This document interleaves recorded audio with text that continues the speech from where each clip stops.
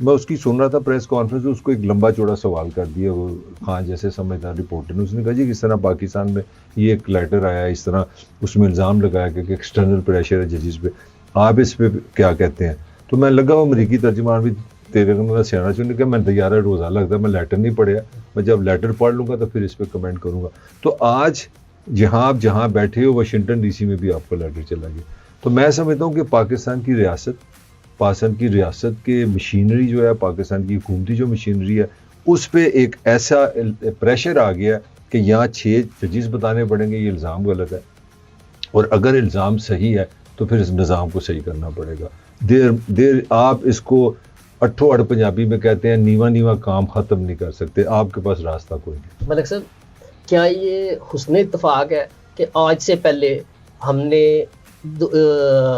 2 ججز کو نکالا گیا تھا، جس میں ایک chief justice Lahore high court تھے اور جسٹس ملک قیوم صاحب، محترمہ بینظیر بھٹو کے خلاف انہوں نے فیصلہ دیا تھا، اور اس میں سپریم کورٹ کی طرف سے ججمنٹ آئی تھی کہ جو باعث ہے وہ سرفیس پہ تیرتا ہوا نظر آ رہا ہے.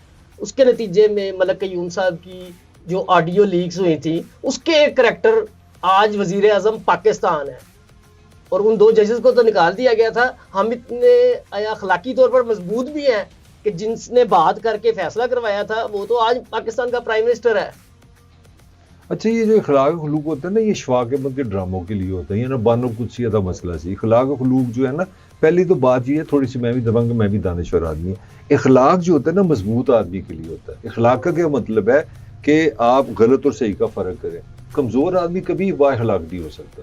وہ پنجابی فلموں میں ہو سکتا ہے، تو میری دھی ہے، میری بہن، میں تیری جان دے رہا ہوں، وہ تیرے گھر بجلی کا بل نہیں تو دے سکتا، تو جان دے نہیں سکتا. تو کمزور آدمی کا اخلاق سے کوئی تعلق نہیں ہوتا. اخلاق کے لیے پہلے آپ کو ایسا معاشرہ بنانا پڑے گا جہاں پہ رہنے والے لوگوں کے پاس چوائس ہو. یہاں تو یار اپنا پاکستان کے 90% بندے نے زندگی میں ایک دفعہ صاف پانی کا گلاس نہیں پیا، کتوں اخلاق لے آئے گا؟ یہ تو سروائیول کی لڑائی لڑنے والے لوگ ہیں. تو اخلاق و خلوق کو کرو پرے.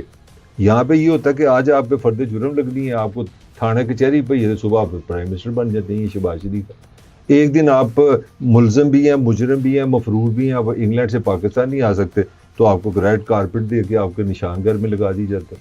تو میرا پوائنٹ ہے، یہ اخلاق و خلوق کو ذرا میرا اس پروگرام سے باہر رکھو. یہ سیدھی پاور سٹرگل ہے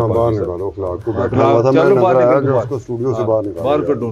تو یہ ہے پاور. تو نہیں باہر جانا، کیمرہ مین کو نہیں کہہ رہے نہ بات اخلاق رکھو. تو یار طاقت کی بھائی گیم ہے. یہ ریاست بھی طاقت کی بلیور ہے، یہ مشینری ریاست کی طاقت کی بلیور ہے، اور اس نے پورا نظام طاقت پہ چلایا ہوا. اچھا ہاں صاحب، میاں نواز شریف نے سپریم کورٹ آف پاکستان پر باقاعدہ طور پر حملہ آور ہوئے تھے، ان کے اوپر یہ روزے روشن کی طرح یہاں ہے کہ نون لیگ کا کردار، اور اسی طرح پاکستان تحریک انصاف کے لوگوں کو آج ان کا چیئرمین بھی، بانی چیئرمین جیل میں ہیں اور سینکڑوں لوگ جیلوں میں ہیں.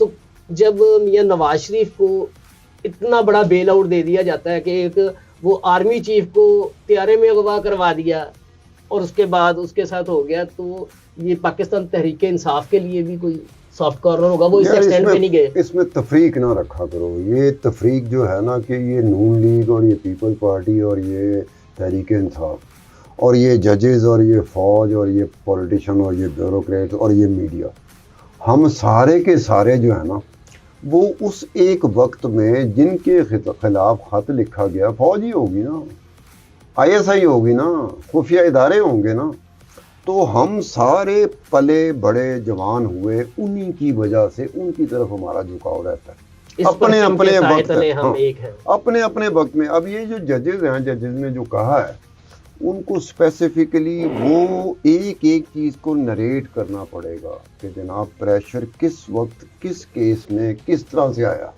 یہ پریشر کس طرح کا تھا کہ طاہر ملک میرے پاس آیا کہ طاہر ملک نے کہا کہ ستار خان ذرا سدھا ہو جا، اے کام تو ایس طرح نہیں کرنا، انج کرنا. یا پھر مجھے ٹیلی فون آیا تھا، یا کوئی تھرڈ پارٹی کے ذریعے آیا تھا، یا خود ہی آپ ہی آ گئے سب میرے کہا کہ جناب دیکھیں ہم آپ کی طرف آ گئے تو اب کرنا. ایک ایک چیز کو الیبوریٹ کرنا پڑے گا.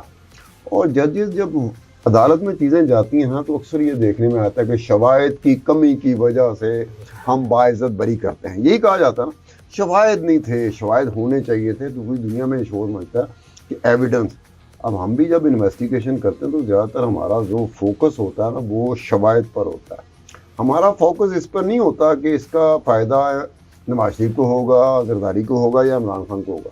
وہ فیکٹس کے اوپر ہوتے ہیں. فیکٹس کے اوپر جب آپ جائیں گے نا تو نہ نواز شریف بچے گا, نہ زرداری بچے گا, زرداری صاحب نہ کہنا مجھے آپ, نہ زرداری بچے گا, نہ عمران خان بچے گا, نہ فوج بچے گی, نہ جوڈیشری بچے گی, نہ ججز بچیں گے, نہ بیوروکریسی بچے گی, اور نہ ہی ہم بچیں گے. اب یہ ججوں کی اخلاقیات کو ہم نے اخلاق احمد کو تو باہر نکال دیا ہے, لیکن ان کا کوئی نام رکھنا پڑے گا. اخلاق احمد کا کوئی نام رکھ دیتے ہیں, سوڈو نیم ہمیں کرتا تھا ایک وقت میں, گڈ بوائے رکھ لیتے ہیں, گڈ بوائے کر لو, تاکہ گڈ بوائے ایسی کہتا ہے لوگوں کو پتہ لگ جائے گا کہ اخلاق کو گڈ بوائے یہ لوگ کہہ رہے ہیں, 3 بندے بیٹھے ہوئے. ہمارے دور میں ہوتا تھا جب پرنٹ میں ہوتے تھے نا سوڈو نیم سے لکھا کرتے تھے.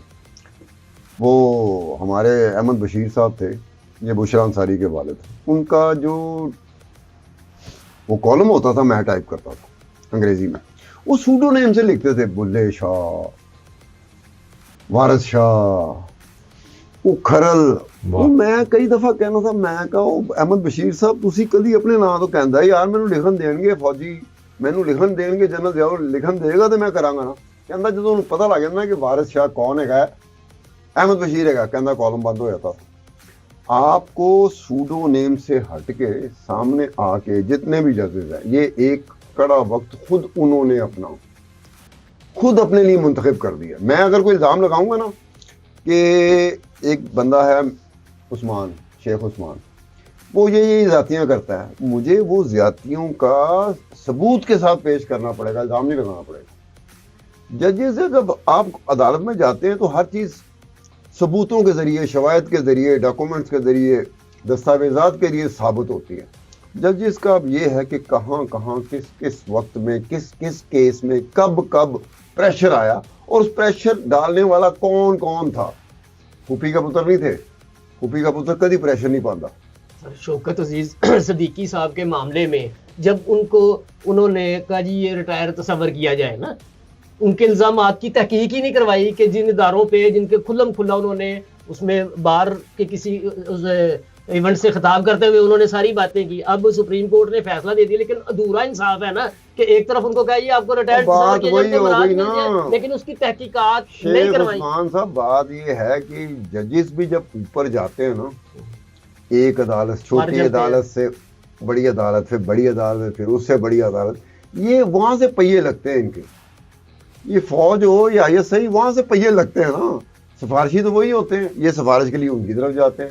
جب معاملات کو بگڑتے ہوئے دیکھتے ہیں, حالات بگڑتے ہوئے دیکھتے ہیں, تو پھر میری طرح کے بندے آگے اسکرین پہ بیٹھ جاتے ہیں, لو جی حساب دینا پڑے گا. پہلے آپ کو حساب دینا پڑے گا. کئی ایسے فیصلے ہوں گے جو آپ نے پریشر کے تحت کیے ہوں گے, تو دسنے پہن گے کہ ہم نے یہ فیصلہ جو تھا نا پریشر کے تحت انڈر کیا تھا, یہ پریشر تھا, ہم نے یہ فیصلہ کیا, ہمارا ضمیر مردہ ہو چکا ہوا تھا.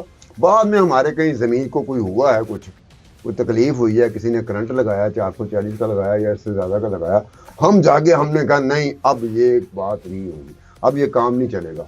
آپ کو خود, اگر میں ہی اس سسٹم کا, میں اس سسٹم کی پیدائش ہوں, میں اس سسٹم کی وجہ سے یہاں تک پہنچا ہوں کہ میں اسکرین پہ بیٹھا ہوں, تو مجھے آج بتانا پڑے گا کہ یار یہی سسٹم تھا جس کے خلاف میں آج ہوں, یہی سسٹم یہاں تک مجھے لایا. یہ جتنے ججز ہوتے ہیں, یہ جتنی سیاسی جماعتیں ہوتے ہیں, جتنے وزیر اعظم ہوتے ہیں, آج دیکھ لیں آپ سیاسی جماعتیں, ملک صاحب تسی بھی چوپ کر کے بیٹھ گئے, انج کر کے ہاتھ رکھے ہیں. یہ سیاسی جماعتیں آپس میں لڑ رہی ہیں, ان کو نہیں پتا کہ ان کو لڑوانے والا کون ہے, اسٹیبلشمنٹ ہے, فوج ہے, ISI. وہ بڑی اچھی تو بات کر رہے ہیں. گل یہ سیاسی جماعتیں, یہ میں بتاتا ہوں, ایک عمران جنرل اسٹور ہے, ایک زرداری جنرل اسٹور ہے, ایک نواز جنرل اسٹور ہے. یہ جتنے بھی سیاست دان ہیں نا, ان کو 2 چیزوں کا پتہ ہے کہ اس ملک میں پاور ملتی ہے یا پاکستان کی اسٹیبلشمنٹ سے یا انٹرنیشنل اسٹیبلشمنٹ سے. اور میں نے لبنان کا نہیں پتا جی, حراری کا نہیں پتا جی. پتہ لگا کہ نواز شریف کو بھیجنے والا بندہ کون ہے, لبنان کا وزیر اعظم. ڈیل کس نے کرائی, وہ انٹرنیشنل بات وہی ہوگی. میرا پوائنٹ کیا, یہ ہے پاور بروکر, یہ ہے PRO, پبلک ریلیشن آفیسر. یہ اپنی جابس کے لیے لڑتے ہیں. یہی عمران خان لڑتا رہا تو لڑتا ہی رہا. وہ گیند کا ادھر ہے کہ وکٹ ہی نہیں ملی. 2018 میں جب اللہ سبحانہ تعالیٰ نے کہا کہ ہم نے آپ کی مدد کا فیصلہ کیا تو آپ کو شمالی اپنا جنوبی محاذ بھی مل گیا, شمالی محاذ بھی مل گیا, آپ وزیر اعظم بھی بن گئے. پھر آپ نے جا کے صبح دوپہر شام کھانے سے پہلے کھانے کے بعد ایک ہی بات کی, ایک پیج پہ ہے باجوہ صاحب کی جمہوریت کی محبت جو تھی, اتنے آنسو نکال کے خان صاحب کی آنکھوں میں آنسو آگے کہ اس سے زیادہ میں نے ڈیموکریٹ کو نہیں دیکھا. باجوہ کو عہدیت شکر میر جعفر نہ مل رہی. تو پوائنٹ یہ ہے کہ جو جناب بات کریں پولیٹیکل پارٹیز میں, مجھے بتا دو کون سی دنیا کی پولیٹیکل پارٹی ہے جو ایک اخبار کے مالک کو آج سینیٹر بنا دے, آزاد کو. محسن نقوی کو کس نے بنایا؟ نون نے. ناصر بٹ کی سی, ناصر بٹ وہ تھا. نہیں, محسن نقوی کا کیس جو ہے وہ لگتا ہے ایسے کہ سیاسی جماعتیں جہاں پر ہوتی ہیں نا, سیاسی جماعتیں تو اپنے بندے کو کرانے کے لیے انہی کے دروازے پہ میں وہ سوال تو محسن نقوی تو ڈائریکٹلی ان کی طرف سے. محسن نقوی کو میں بحث نہیں کر, میں ثابت یہ کرنا چاہ رہا ہوں کہ اس نظام میں سوائے عوام کے ذوالفقار علی بھٹو تھا ایک لفظ میں بڑا عشق ہونے نال ہو گیا. جو میری عمر بڑھتی جا رہی تو میں اس فکرے کو نا سمیل کر رہا ہوں, اس کو سمجھنے کی کوشش کر رہا ہوں, اور مجھے اس سے بڑی کو بات ہی نہیں سمجھ آئی پولیٹیکل وزڈم کی, particular in the context of Pakistan. طاقت کا سرچشمہ عوام ہے. اس نظام کی صرف ایک خوبی ہے کہ طاقت کہیں سے نہ ووٹر سے نہیں آنی چاہیے. مثلا زلفی بخاری پارٹی کا چھترول ہوا پی ٹی اے وہ انگلینڈ چلا گیا, اس نے کہا میں نے کافی پینی ہے, موسم اچھا ہونا چاہیے, آج اس کو سینیٹر بنا دیا کیونکہ پیسہ لاندہ پی ٹی اے. اچھا میں بات کر رہا تھا آہد چیمہ, کیس پہ کیس, بیوروکریٹ, وہ اس کو وزیر بنا دیا. ویسے میں نے اپنے لائیو شو میں کہا کہ میری طرح یہ گڑی شڑی نا اس کو دے دو, اس کے بچوں کی فیس چلی جائے, علم بڑا ضروری ہے.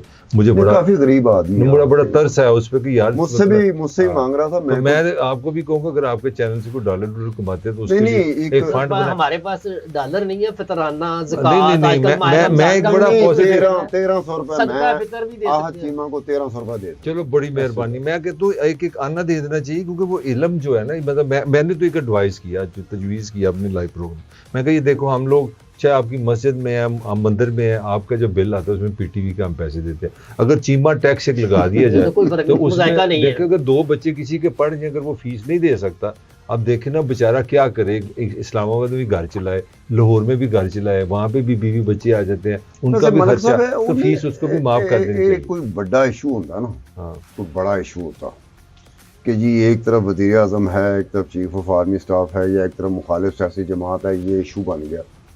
اب یہ ایشو ہے کہ اب بچے گئے نا, ان کی فیس آپ نہیں لیں گے, انہوں رکھ لو. بتایا یہ جا رہا ہے, امپریشن یہ دیا جا رہا ہے کہ میرے کو پیسے نہیں گئے, میں انتہائی غریب آدمی. یہ ایک ایشو آپ دیکھیں کس طرح کی صورتحال بنی. اس میں یہ ایشو کوئی بڑا مثلا کوئی ایشو جچتا ہے, کوئی بڑا ایشو ہوتا. ڈارلنگ نہیں پھر سمجھ تو میڈیا کا بندہ ہی نہیں. کسی بھی سوسائٹی کو گیج کرنا ہے نا, کسی انسان کو گیج کرنا ہے کہ وہ کس لیول پہ ہے, تو ان کے ایشوز تو بتاتے ہیں, وہ ان کا انٹلیکچولی سٹینڈنگ کا ہے. اس سوسائٹی میں اگر یہ ایشو ہم لے آئیں تو تسی میرا پہلا پروگرام میں تمہیں ایک ایشو بناتا ہوں کہ مجھے یہ بتاؤ رائٹ ٹو رول کس کے پاس ہے پاکستان میں, کس کے پاس طاقت ہونی چاہیے ملک چلانے کی. کبھی یہ لفظ سنا ہے ایشو کی ہے؟ آہد پہلے تو وہ آہد کی بیٹی تھی, اس کی شادی ہوگی حمزہ سے, میرے لیے بہت بڑا ایشو تھا کہ اس کی شادی کی اصلی ہے کہ نقلی ہے. اب وہ ایک منڈا مرڈر ہو گیا ہے انڈر ورلڈ کا, اب پورا سوشل میڈیا دیہڑیاں لگا رہا ہے, اس کے دوست نے مارا, اس کی خالہ نے مارا, اس کی پھوپھی نے مارا. میں بتانا یہ چاہ رہا ہوں کہ جہڑیاں سوسائٹیاں نو تسی گوال منڈی دے چونک وچ گھمانا ہوندا ہے نا, انہاں نو ایسے ایشوز وچ گھمائی جاندا ہے. جب آپ نے موٹر وے پہ جانا ہے پھر ایشو نہیں, وہ سیدھی بات ہے. مجھے کوئی ایشو بتا دو. کبھی کسی نے یہ بتایا کہ پاکستان کا سب سے بڑا ایشو کیا ہے؟ 11 کروڑ اج میں تن دسنا پیا وا. حفیظ پاشا ایکس پاکستان دا فورن فائنانس منسٹر دی میں ایگزیکٹ کوڈ کرنے کا, وہ کہندا 11 کروڑ پاکستانی غریب نہیں ہے, غربت تو تھلے چلے گئے نے, بلو دا پورٹی لائن. وہ ایشو نہیں, ایشو اسی بناتا فیس دا. پاکستان میں سب سے بڑا جو ایشو میں نظر کیوں میں زیادہ ٹائم لے گیا, دنیا دا واحد ملک ہے جہدے تسی کماندے روپیز دے چو. میں جدو $1 بنانے سے میں 280 روپے کمانے پیندے نے. پٹرول میں خریدنا میں ڈالر ہی, کمانا میں روپے جا. دنیا کا یہ واحد ملک ہے, یہ بے نظیر کا ایسا خوبصورت تحفہ دے گیا کہ کماؤ پیسوں میں, بجلی لو ڈالروں میں, پٹرول سے ہم نے بنانی ہے. جس ملک میں آپ بجلی اور پٹرول جو زندگی کی موسٹ اسینشیل ریکوائرمنٹس ہیں ڈالر میں خریدیں گے, کمائیں گے روپے میں, جہاں پینے کا پانی نہ ہو,